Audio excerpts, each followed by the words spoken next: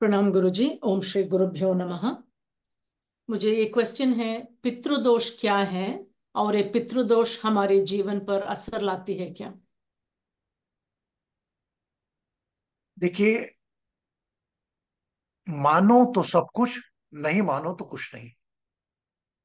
मानना है तो अपने ऊपर विश्वास रखो, अपने विवेक पर ध्यान दो, अपनी समस्याओं से लड़ना सीखो।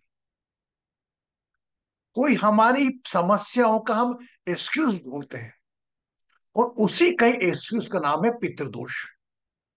हमारे ज्योतिष भाई लोग बताते हैं, शास्त्रों में भी तो वो है कि भाई पितृदोष, राहु की उपस्थिति कोई 9th हाउस में हो, 12th में हो, पितृदोष बनता है।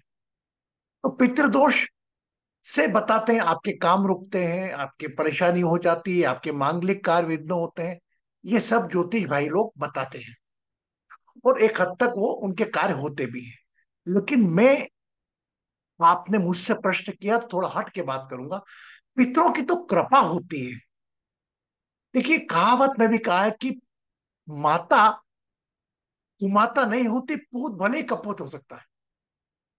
तो पितरों का दोष तो नहीं मानता मैं, ज्योतिष भाइयों की भाषा में हो तो पितरों की कृपा यह जरूर होती है। वह कृपा कम ज्यादा होती है, इसका फैसला आपसे भली भांति कोई नहीं कर सकता। क्यों?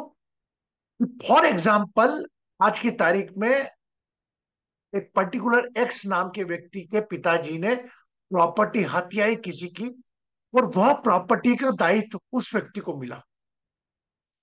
फॉर एग्जाम्पल, मेरे पिताजी ने कुछ गलत करके हत्या के मेरे चाचा भाई की प्रॉपर्टी कमा ली, और हत्या ली, अपने नाम कर ली, और मैं, मेरे पिताजी खत्म हो गए, वो प्रॉपर्टी का वारिस मैं बना।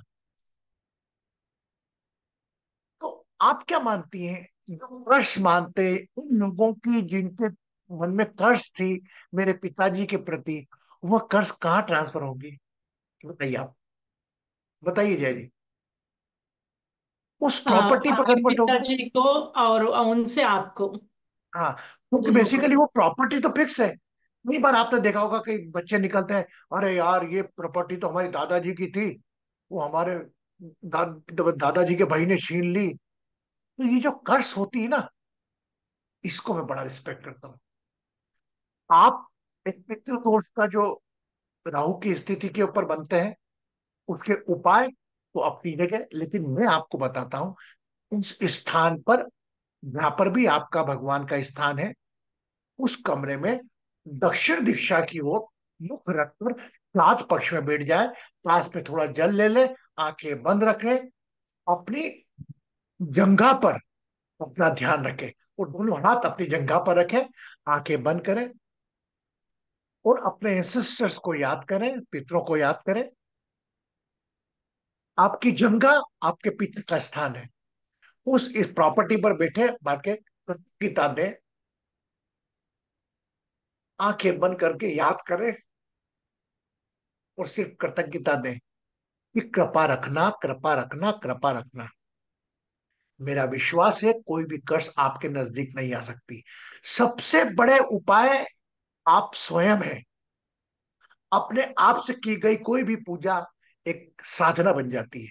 तो आंखें बंद करके अपने आप बैठे, और जहां तक प्रोसीजर है पितृदोष की ये पूजा, ये तो आपको कराना तो करा लीजिए, मैं मनाही भी नहीं करूंगा। लेकिन कराने के साथ साथ अपने ध्यान अपने पितरों के प्रति, ये पितृ पक्ष आते हैं जब 16 दिन में साक्षात कहते हैं कि पितृ लोग इस धरती पर आते हैं, तो पितरों के प्रति कृतज्ञता देना ही पितृदोष या सच्चा श्राद्ध है।